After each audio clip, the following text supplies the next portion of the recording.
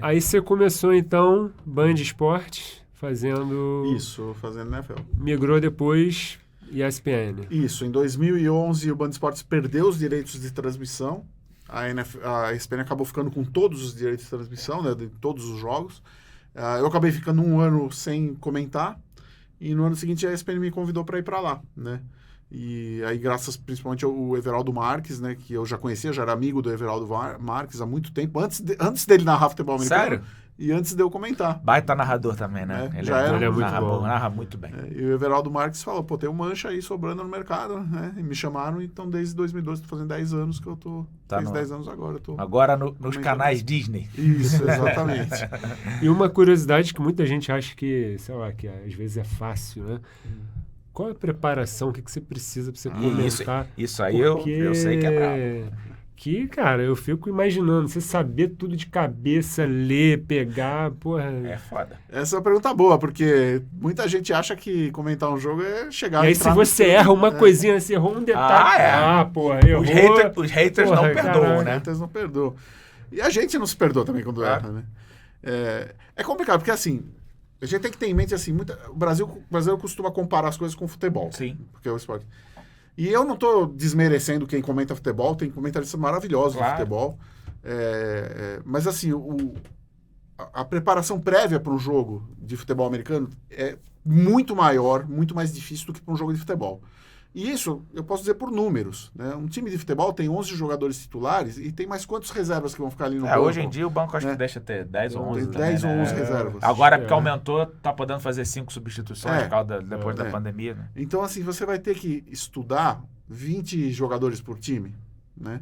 Na NFL são 53 por time. Sendo que acaba às vezes... Agora é difícil, mas às vezes era comum acabar jogo sem o técnico mexer no time. Entrava os 11 e saíam os 11. Sim, era muito comum. No futebol americano não é assim. São 53 jogadores por time, dos quais uns 40 vão atuar no jogo. Exatamente. E tem uma outra coisa. A dinâmica do futebol americano é uma dinâmica que joga a bola pro comentarista toda a jogada. Não, exatamente. Então, assim, eu fiz a estatística. Num jogo de futebol americano, o comentarista faz de 100 a 120 comentários. Meu Deus. Num jogo de futebol, de qualquer outro esporte, você não vai ver o comentarista fazer tanto comentário. Aqui eu encerro minha vontade de ser comentarista. E 100 a 120 comentários, não dá para você fazer uma coisa que no jargão do esporte a gente chama de comentar na bola. O que é comentar na bola? É não fazer preparo nenhum e apenas comentar não tem como. com o seu conhecimento ali, que você como. tá vendo a bola ali acontecer. Se você fizer 120 comentários assim, fica chato. Fica óbvio. Porque não é toda jogada que tem um... A jogada pode ser abordada, um comentário, né? Entrando numa técnica de comentarista.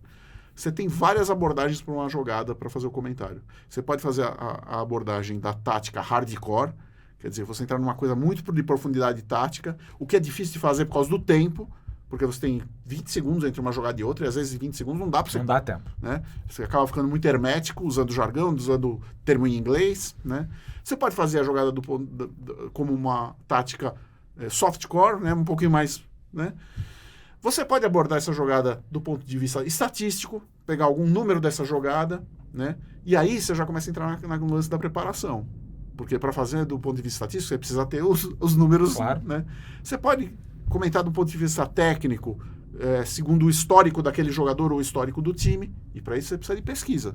Tem que Não saber, né? tem que saber. Não tem como. Pô, Você tem várias formas de comentar. A maioria dessas formas, você precisa de uma pesquisa prévia antes do jogo. Você precisa pegar o time, olhar que jogadores ele tem. Tem 53 jogadores, eu vou olhar os 53 jogadores, quais são as estatísticas dele, vou botar tudo no papel, vou ver o histórico desse jogador no campeonato, o histórico do jogador na carreira, o histórico do time, o histórico do técnico, e você precisa ter tudo isso na mão para falar. Tem que estar acessível ali o tempo todo. Acessível o tempo todo. Então você tem que fazer uma pesquisa muito grande. Eu levo 7 a 8 horas por jogo de pesquisa. Nossa, é absurdo. Né?